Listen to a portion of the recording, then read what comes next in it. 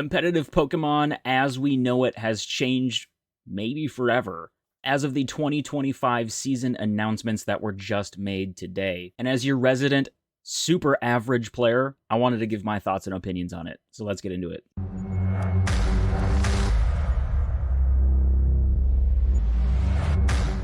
All right, y'all. So if we go to Pokemon.com, you'll see right here, we have the 2025 Pokemon Championship Series update.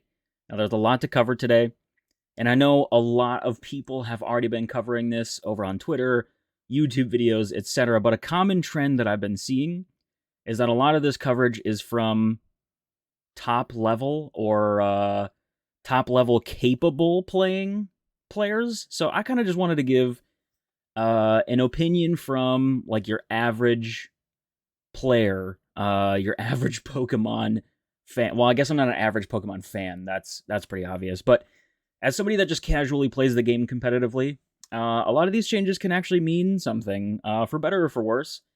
And I kind of just wanted to give my opinion on some of these. So, reading this, after another exciting season of battles across Pokemon TCG, video game, and Go, we're ready to announce a suite of changes coming to the 2025 circuit that include adjustments to the World Championship qualification system, championship points, updates, and more. The 2025 Pokemon Championship Series will run from July 2024, just next month, to May of 2025, with exceptions of the 2025 North American International Championships, NAIC, and the 2025 Pokemon World Championships. More information regarding Unite Championship Series will be announced later.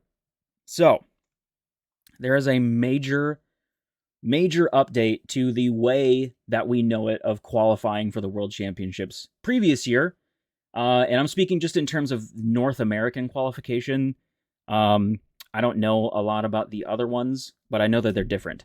So in North America, this last season, in order to qualify for the World Championships, as far as at least the TCG goes, you had to obtain 600 championship points, which was a pretty fair bar. It wasn't easy. It wasn't impossible. And basically, you earn the championship points by competing at premier Pokemon events, regional championships, and like Pokemon League Cups and Pokemon League Challenges, and you obtain your points that way. So 600 was the level. The qualification system for the Pokemon World Championships is changing for the 2025 season. In 2025, a set number of players from each rating zone, age division, and game will earn an invitation to the World Championships based on their championship points leaderboard standings. So, very different from earning championship points. This update applies to Pokemon TCG, the video game, and Go. Most recently, invitations were based on fixed CP thresholds that players needed to accumulate to receive an invitation. So, now players will need to chase a leaderboard position, basically, and we'll get a little bit more detailed on this, rather than hitting a threshold of points. So the limit is going to be capped for the amount of people going to World Championships. In addition to the players who qualify via championship points, individual top performers at major events will earn automatic invitations to the World Championships. So this is the same as last year. If you win a regional championship, automatic invite to Worlds.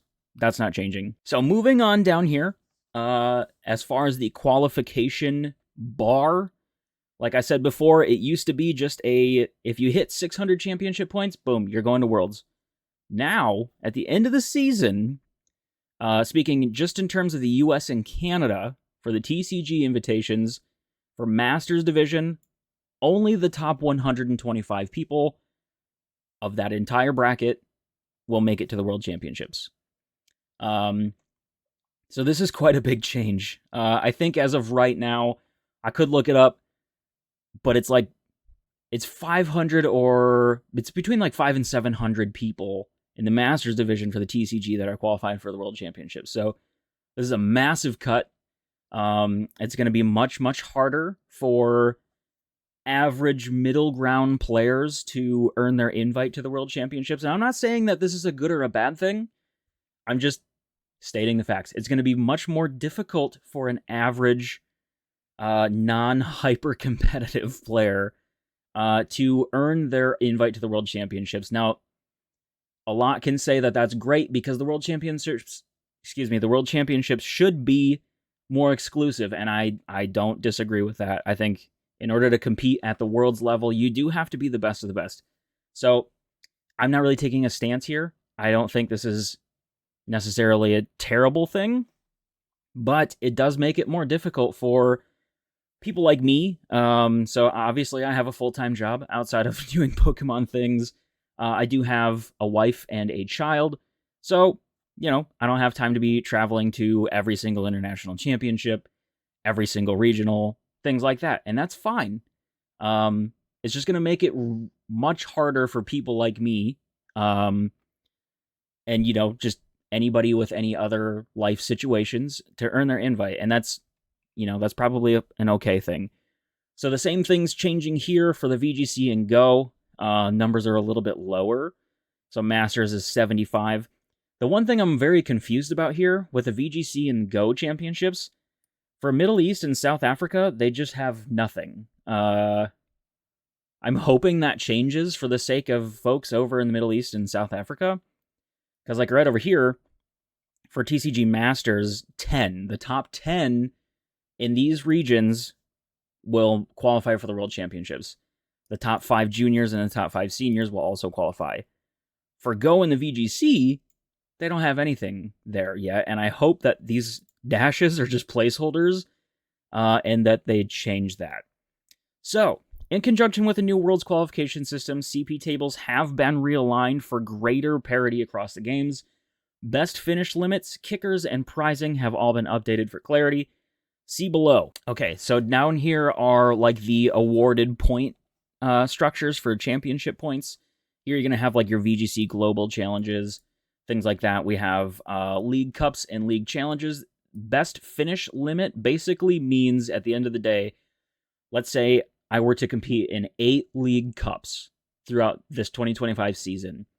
A best finish limit of 4 means that it's going to take the top 4 finishes I have from all 8 of those cups, and it will apply it to this. So, this is staying the same as far as I remember. For taking first place, for example, at a League Cup, you get 50 points. That's how much it was in seasons past. And for a challenge, if you win, it's 15. That's also the same. So I'm pretty sure that these point structures right here are remaining the same. So that's fine. So for the championship events, the best finish limit for these is 6. The one thing that's not clear here, if this is going to change or not, by the looks of it, it doesn't look like it, and this is maybe not good, is that regionals, special events, and international championships all cumulatively have a best finish limit of 6, which is not good. If this is the case, this is very not good, because at the end of the day, what that means is whoever is able to... Now, don't get me wrong, this still requires a lot of skill to be able to perform at these levels of events. That's obvious. Nobody's saying that you can just do this without, finishing at least decently, but still at the end of the day, when it comes down to it, this basically means that whoever can attend the most of these events, or the international level events, because if you look down here, it's quite obvious that performing well at an international event offers far more point payout than a regional. So, in theory, if somebody could attend all 4 international championships and do pretty well, they're obviously going to be better off than somebody that attended multiple regionals and did pretty well. That's just a statement of fact. So, regionals, special events, and international championships all cumulatively having a best finish limit of 6 is not a good thing. I really hope that changes, because it's just going to be a race to see who can get to the most events. And obviously, like I said, you still have to do well at these events. That's not the case, but it's kind of a pay-to-win scenario in a lot of people's eyes, and I can see that complaint and that discourse. But as far as I'm aware, I've never performed well enough to know what the payouts were. I don't think the championship point payouts for winning and placing in these brackets at regionals and internationals has changed. It's just very obvious. Internationals are always going to have a higher point payout. So one of the positive changes that came out of this is the booster pack and cash prizing. So, well, at least one of these. So the booster pack payout has now been extended down, which is really, really good. So this obviously gets better as a progression, the more people that are at an event. So let's say, for example, there's a regional that has between 513 and 1,024 people. You're going to get pack payout placements all the way up to top 256, which is something that we haven't seen before. And that's awesome. Now, you might be thinking, well, it's only 9 packs, but it's something. Finishing in the top 256 is something that a lot of average players like myself are capable of doing, and getting literally anything for that type of placement is great. Because before, I believe, I could be wrong here, I believe you weren't even getting pack payouts for top 128, depending on the event size. But the only thing that we need to take away from here is that the pack payouts at a minimum have been scaled up to reach a higher volume for the top 256, which is great. One of the other big things that you might have seen early discourse this morning when things were released was that they had accidentally typed in $7,000 for the first place payout for regional championships, which would have been a decrease from the previous year's $10,000. That has since been fixed. It's back up to $10,000, so that didn't change. Now, it could be argued that that's bad because it should be, increased with the stakes being higher, etc. But I think it's fine that the prize payout didn't change. I mean, $10,000 for first place is a lot of money. So I don't have a whole lot to say there. I think the prizing is still fine. Depending on how difficult the Worlds grind can be, I think maybe it could have been changed a little bit. But again, I don't have a huge complaint with anything there. Actually, the only thing that they could have actually changed here is to branch out the prize payout a little bit more further to, top finishing players a little bit further down the bracket. So like top 64 to 128 or something could have also gotten prize payout, but overall, I think that this is fine. Here, these have remained the same. So for taking first at a international championship Masters division, $25,000. That's a huge amount of money. You get your automatic invite to Worlds. That's the same with regional first place. And then if you take first at Worlds, $50,000. So very generous sums to literally be the best in the world. VGC cash prizing, I'm not 100% sure if this has changed at all. I don't keep up with the prize payout structure for VGC or basically anything outside of TCG, so I couldn't tell you if this has changed or not. The same goes for Go, but I haven't seen a whole lot of discourse with people complaining about that going up or down, so I'm assuming that this stayed the same. So another thing that has changed is some adjustments to the Swiss tournament format and Top Cut.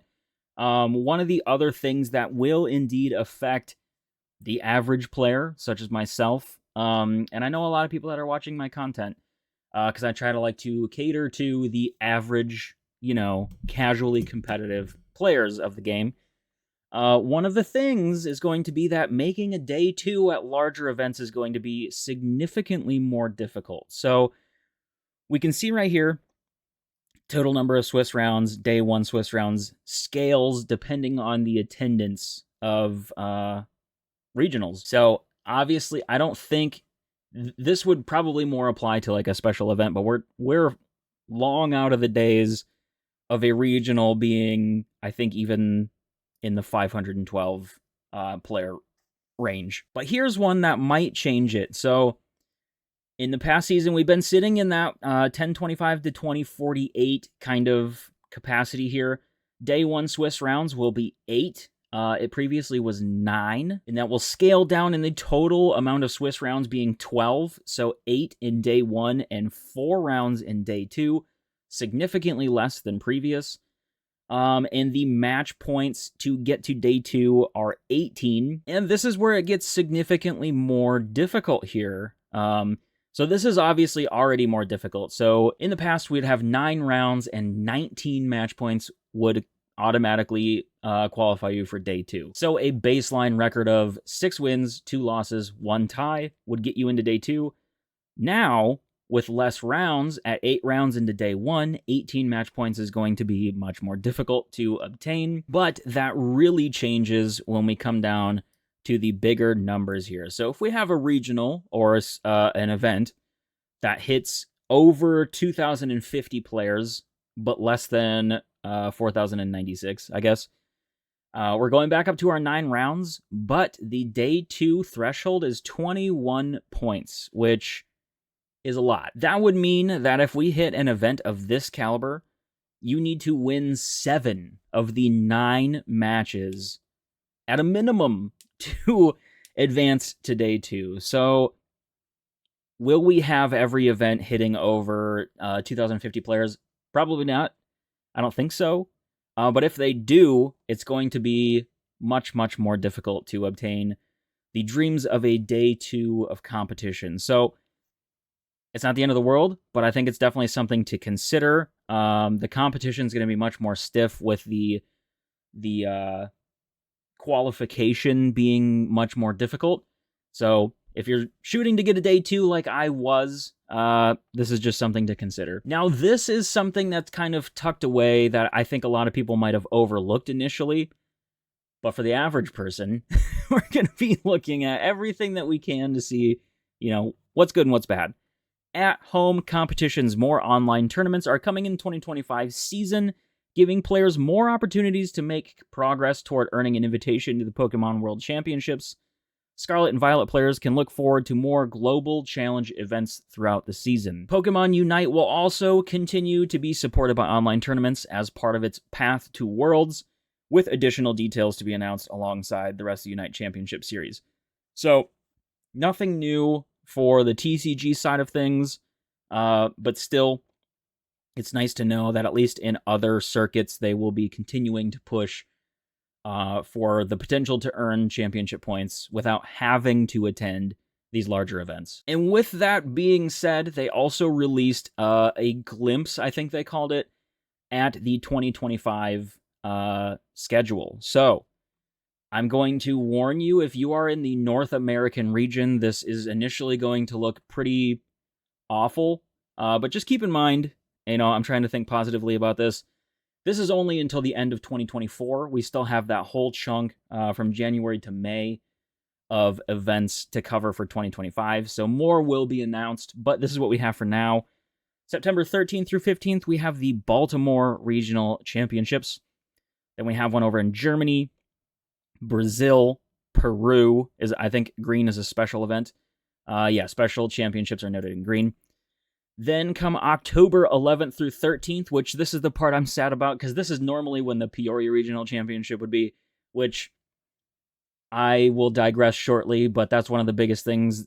People would complain so much about having to come here to Peoria, Illinois. You don't have to complain anymore, okay? Unless it gets announced in 2025. I doubt it will. Stop complaining about Peoria. It's over with. You had your way. It's all good. Anyway, in October, we will be having a regional in Kentucky. In Louisville, Kentucky, actually. So this is probably the one event that I'm considering going to so far. But yeah, more to come on that. Then we go to France, Poland, and then another special event in Argentina. Then back stateside on November 22nd through the 24th. We have a regional in Sacramento, California. That one could be pretty cool. Then we go over to Germany, and then another special event in Colombia, and then back to the North American region, December 13th through the 15th, we have one in Toronto, Canada. So, again, aside from the Canadian regional, we have 2 other North American regionals so far. Quite underwhelming, but again, keeping an open mind, we still have that whole half of the season technically to be announced, so more to come on that. Jumping into the international schedule, we have LAIC from November 15th to the 17th in Brazil. So this is really, really good that the schedule is all announced. This has been a problem before where they haven't announced the international championship dates, and it's caused problems with people trying to book flights, hotels, etc. So this is great. This is a really, really good step in the right direction to having all of these dates readily accessible so people can, start planning when everybody else has a life outside of competitive Pokemon. So then we move on to EUIC, which will be February 21st through the 23rd of 25 over in London. So that's pretty cool. And then we have NAIC returning to New Orleans June 13th through the 15th of 2025. I am going to try my hardest to make it to that one. It's nice to have, like I said, before this last year, we didn't have these dates nearly this early, and it made it very difficult for people to plan around that.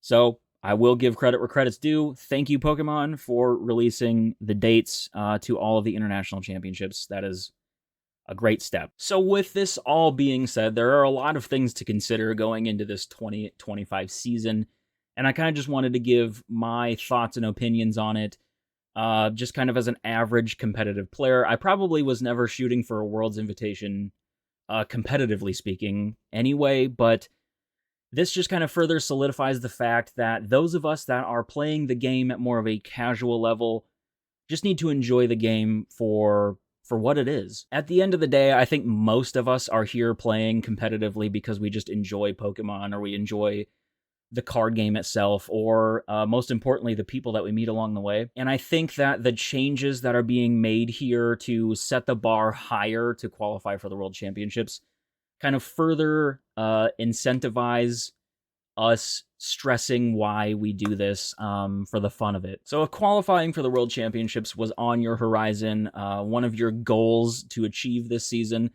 don't be discouraged. It's still very possible. You're going to have to work a little bit harder than maybe we would have with the previous structure, but always shoot for your goals. And for those of us that, you know, it's very clear, like for me right now, when I read all of these this morning, it's very clear to me that qualifying for the World Championships was 100% not going to be in the books. We just need to evaluate why we play the game, you know, why we do what we're doing, and just have fun with it. But with that being said, I'm not going anywhere. We're still making plenty of Pokemon TCG content.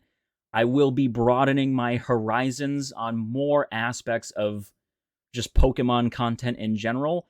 And the fact that I'm not traveling probably to a whole lot of regionals this season does mean that I could be traveling to more Pokemon events in general. So stay tuned for that. But again, guys, I just wanted to give my opinion on this new Worlds qualification structure coming into this next season, just kind of as an average player, because I feel like we're getting a lot of opinions of more qualified players. So I kind of wanted to give you my thoughts. I hope that helps make any decisions that you might need to make going into this season. But until the next one, guys, keep being awesome. As always, keep having fun and enjoying Pokemon, because that's what's most important.